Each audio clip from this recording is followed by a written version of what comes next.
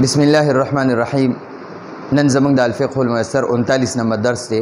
دینه مخکې مونږه د ناپاکۍ قسمونه ویلیو او بیا هم د ناپاکۍ هغه مثالونه ویلیو او بیا هم د هغې حکمونه ویلیو. دا درې قسمه خبرې شوي وي. اوس دلته کې وایي چې یاره دا ناپاکي به څنګه پاکیږي؟ کیف تزال النجاستو، ناپاکي به څنګه لرې کیږي؟ کیف معنا ده کیسے، اردو کې وایي کیسے او موږ پښتو کې وایو څنګه. تزالو معنا نه لرې کیږي، زایل کیږي، ختمیږي. النجاستو ناپاکي، ناپاکي به څنګه ختمیږي؟ کیف تزال النجاستو، کیف معنا ده څنګه، تزالو زایل کیږي، ختمیږي، لرې کیږي. النجاستو ناپاکي، ناپاکي به څنګه لرې کیږي؟ ناپاکي به څنګه لرې کیږي؟ ٹھیک شو جی. اوس په مونږه د ناپاکۍ لرې کېدو دوه طریقې وایو. دا دلته کې وایي دوه قسمه ناپاکیانې دي. یو مونږ ته په نظر راځي، یو په نظر نه راځي. چې په هغه نظر باندې راځي نو اول مونږ انشاءالله نن هغه حل کوو چې یاره نظر باندې کم ګندګي راځي هغه به مونږ څنګه صفا کوو. نو د هغې طریقه مونږ ته دلته کې ښیي. تحصل معنا ده حاصلیږي، تحصل معنا ده حاصلیږي. الطهارة پاکی، پاکی. من معنا ده نا، النجاست ناپاکی، نا ناپاکی، ناپاکی. ګوره جی وی تحصل الطهارة پاکی حاصلیږي من النجاست د ناپاکی نا. تحصل الطهارة، تحصل الطهارة پاکی حاصلیږي من النجاست د ناپاکی نا. اذا معنا ده کله چې، جب اردو کې وی جب، کله چې. کانت، کانت معنا ده وی. مرئیتن، مرئیتن دا د اسم مفعول صيغه ده، واحد مؤنث، واحد مؤنث، صيغه واحد مؤنث، اسم مفعول صيغه واحد مؤنث ده. او دیتا خبرې پکې لګي ګرانې دي خو هغه پکې نه کوم. مرئیه هغه ناپاکۍ ته وایي چې په نظر راځي، چې ښکاري خلکو ته. چې کومه ناپاکي ښکاري هغې ته مرئیه وایي، او چې کومه په نظر نه ښکاري هغې ته غیر مرئیه وایي. مرئیه معنا هغه ناپاکي چې انسان ته ښکاري، په سترګو ښکاري. لکه مثلا وینه. او غایط معنا ده غټ او دسماتی، اردو کې ورته پاخانه وایي او موږ ورته پښتو کې غول وایو. نو همدغه د فقې خبره ده، همدغه ساده صفا صفا خبرې به پکې کوو. اذا معنا ده کله چې کانت وی مرئیتن لیدلو والا، په نظر راتلون کې هغه ناپاکي چې خلکو ته ښکاري، هغه ناپاکي چې ښکاري.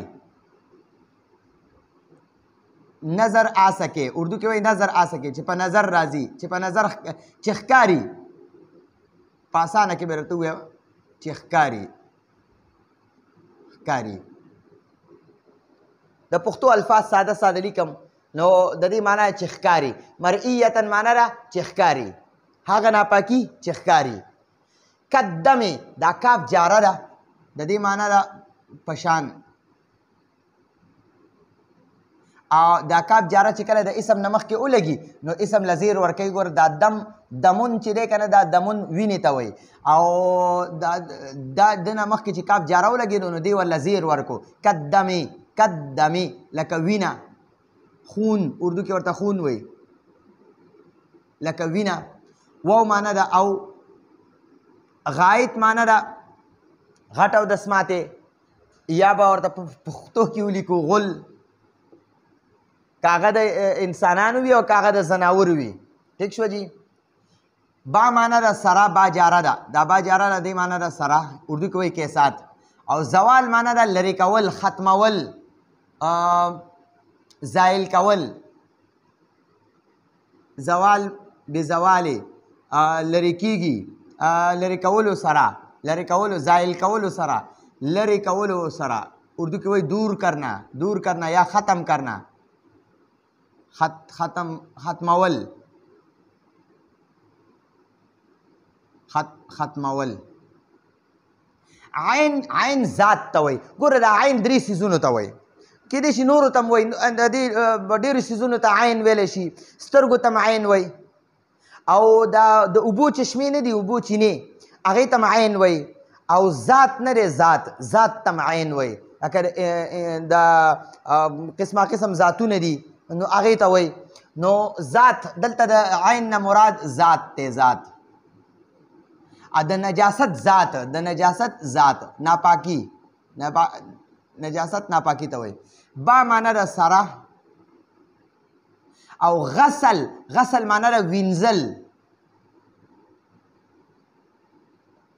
وینځل یو غسل معنا د لامبل او یو غسل وي غین باندې چې کله زبر وي د غسل معنا د وینځل او چې کله په غین باندې پیش وي د دې معنا د لامبل ٹھیک شو جی بزوال عین النجاست د نجاست ذات ختمولو سره بالغسل وینځلو سره په وینځلو ٹھیک شو نو دلته کې وای تحصل الطهارة پاکی حاصلیږي من النجاست د ناپاکی نه کما ناپاکی اذا كانت کله چې ناپاکی وي مرئیتا ښکارا په نظر راتلون کې مرئیتا معنا ده چې ښکاري چې په نظر ښکاري کالدم والغایط لکه وینه او غل غټ او دسماتې بزوال عین النجاست د نجاست ذات لرې کولو سره د نجاست ذات لرې کولو سره بالغسل وینځلو سره ٹھیک شوه د نجاست ذات لرې کول وینځلو سره یعنی په وینځلو لرې کول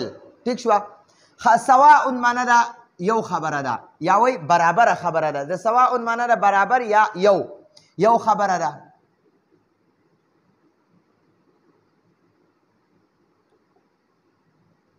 یا برابره خبره ده دواړه معنی کولی شي زالت معنی ده لرې کړو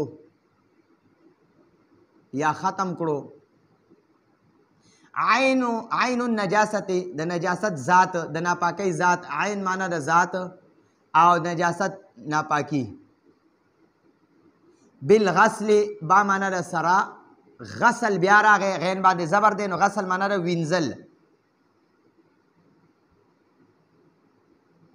وینځل مرتن زل مونږ وایو زل او واحدتن یو زل مرتن واحدتن معنی ده یو زل ٹھیک شوه د پورا مرتن واحدتن معنی به ولیکو یو زل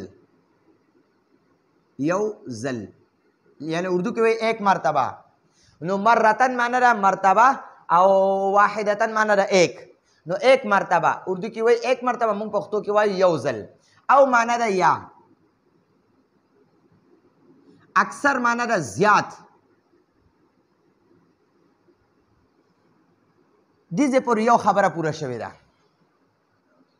نو دغه باندې لږ ځان مونږ پوه کړو وایي تحصل الطهارة پاکي حاصلیږي من النجاست د ناپاکۍ نه اذا کانت کله چې دا ناپاکي وي مرئیتا ښکاره په نظر راتلونکي وي کالدم والغایط لکه وینه او غایط غټ او دسماتې ځکه چې دا وینه په یو ځای باندې ولګي نو هغه هم ښکاري او که غټ او دسماتې په یو ځای سره ولګي کپړې سره یا بدن سره نو هغه هم ښکاري نو دلته کې وایي هغه ناپاکي چې د اوچېدو نه پس په ښکاره په نظر راځي نو وینه چې اوچه شي نو هغه بیا هم که په بدن باندې اوچه شي که په ځمکه باندې اوچه شي که په کپړې باندې اوچه شي نو ښکاري که نه د هغې هغه علامت ښکاري اثر ښکاري او دغه شان غایط معنا غټ او دسماتې نو که غټ او دسماتې په ځمکه باندې اوچ شي بیا هم ښکاري که په بدن باندې اوچ شي بیا ښکاري او که په کپړې باندې اوچ شي بیا هم ښکاري نو هغه نجاست یادوي چې د دې لرې کول بزوال عین النجاست د ناپاکۍ ذات ختمول بالغسل وینځلو سره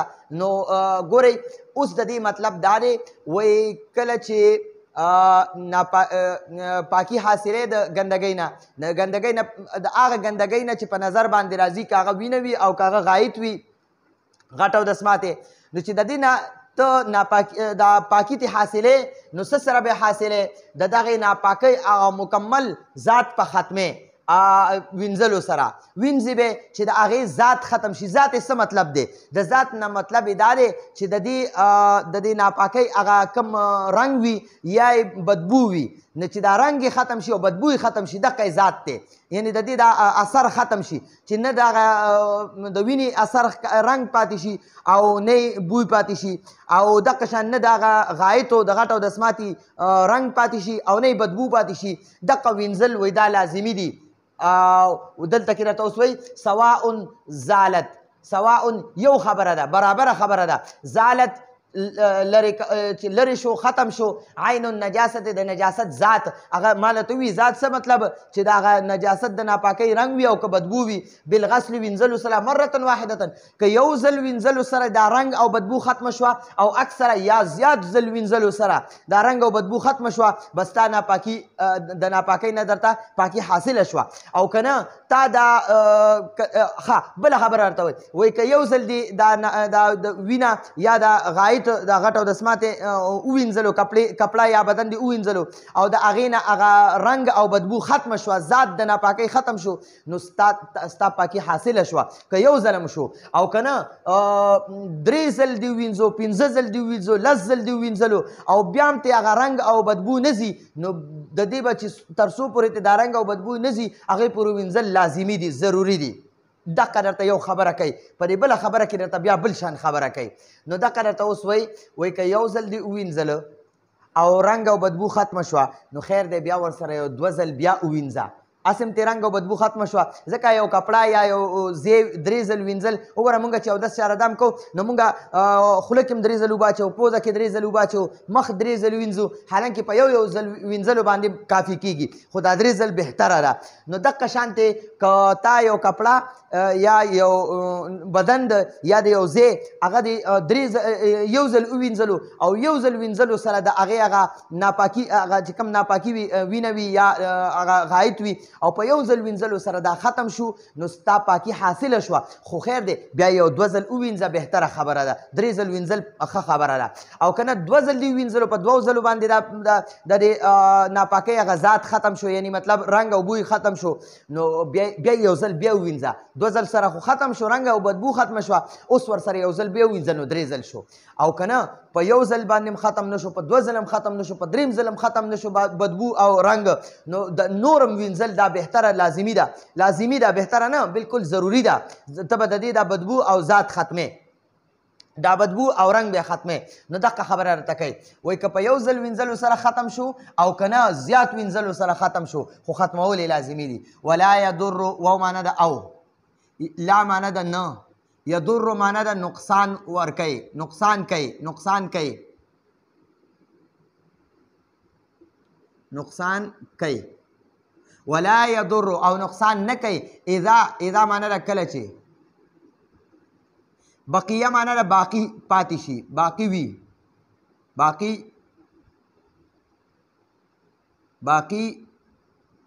شو، کله چې باقی شو. فی الصوب، فی معنی ده کی، اردو کې وایي میں، او صوب کپڑے ته وایي، کپڑه کې. اثر معنی ده اثر، علامت ته وایي، نښې ته وایي. او نجاست ناپاکي ته وایي، ناپاکي. من معنی ده نه، اردو کې وایي سے. او لون رنګ ته وایي. او معنی ده یا. ریح بدبو ته وایي، بدبو. ان معنی ده اگر، یا مونږ په پښتو کې وایو که چېرته تعثرت اردو کې وایي دشوار ہونا، او مونږ په پښتو کې وایو مشکل وي، مشکل، ګران وي، مشکل وي یا ګران وي، ګران، ډېره ګرانه خبره ده وایي، که ګرانه خبره وي. ازالته، ازالت لرې کول، ختمول، لرې کول. هو معنی ده هغه، یعنی دغه رنګ یادوي. اوس درته دلته نه دویمه خبره کوي، ولا یضر او نقصان نه کوي. اذا کله چې بقیه باقی شو، فی الصوب په کپړه باندې، اثر النجاست، د نجاست اثر. د نجاست اثر څه شی دی؟ من لون رنګ او ریح او بدبو، دا د نجاست اثر دی. رنګ لون رنګ ته وایي او ریح بدبو ته وایي. ٹھیک شوه. ان تعثرت، اگر یا کچرته مشکله وي، ازالته د دې ناپاکۍ یا د دې رنګ لرې کول، د دې بدبو لرې کول، د اثر لرې کول، د ناپاکۍ د اثر لرې کول که مشکله وي، نو که بیا رنګ او بدبو پاتې شي، نو وایي خیر دی، څه نقصان نه کوي. نو دې کې مصنف رحمت الله علیه فرمایي ولا يضر او څه نقصان نه کوي اذا بقیه کله چې باقی پاتې شو فی الثوب په کپړه کې اثر النجاست د ناپاکۍ اثر من لون او ریح د رنګ نه او د بدبو نه ان تعثرت په هغې حالت کې ان معنا ده که چېرته تعثرت مشکله وي ازالته د دې ناپاکۍ د دې اثر لرې کول مشکله وي نو بیا مشکله مطلب دا دی چې د ګرمو اوبو ضرورت وي یا ورته د صابون ضرورت وي تا سره نه ګرمې اوبه شته نه در سره صابون شته او ستا په کپړه باندې ګندګي لګېدلې ده او د هغه ګندګۍ رنګ هم شته دی بدبو هم شته او تا یو ځل ووینځلو هغې نه رنګ او بدبو لا نړه په دویم ځل دې ووینځلو رنګ او بدبو تې لا نړه په درېیم ځل دې ووینځلو رنګ او بدبو تې لا نړه نو ستا دا کپړه پاکه شوله ځکه چې دلته کې تا ته مشکله ده نه در سره ګرمې اوبه شته نه صابون شته که ګرمې اوبه او صابون وي نو خو ټیک ده په هغې باندې ووینځه دا رنګ او بدبو تې لرې کړه او که ګرمې اوبه او صابون در سره نشته دی نو بیا درې ځل ووینځه که رنګ او بدبو ویم پاتې شي نو هېڅ نقصان نه کوي نو دلته کې مصنف رحمت الله علیه دغه خبره کوي ولا یضر او نقصان نه کوي اذا بقیه چې پاتې شي فی الثوب په کپړه کې اثر النجاست د ناپاکۍ اثر من لون او ریح د رنګ یا د بدبو نه په کوم حالت کې ان تعثرت که چېرته مشکله وي ازالته د دې ناپاکۍ دا اثر ختمول که بغیر د صابون او د ګرمو اوبو نه بغیر د دې نه لرې کول مشکله وي نو بیا خیر د هېڅ نقصان نه کوي نو دا زمونږ د نن ورځې درس و راتلونکي درس پورې اجازت غواړو هذا هو المرام والله اعلم بحقیقة الکلام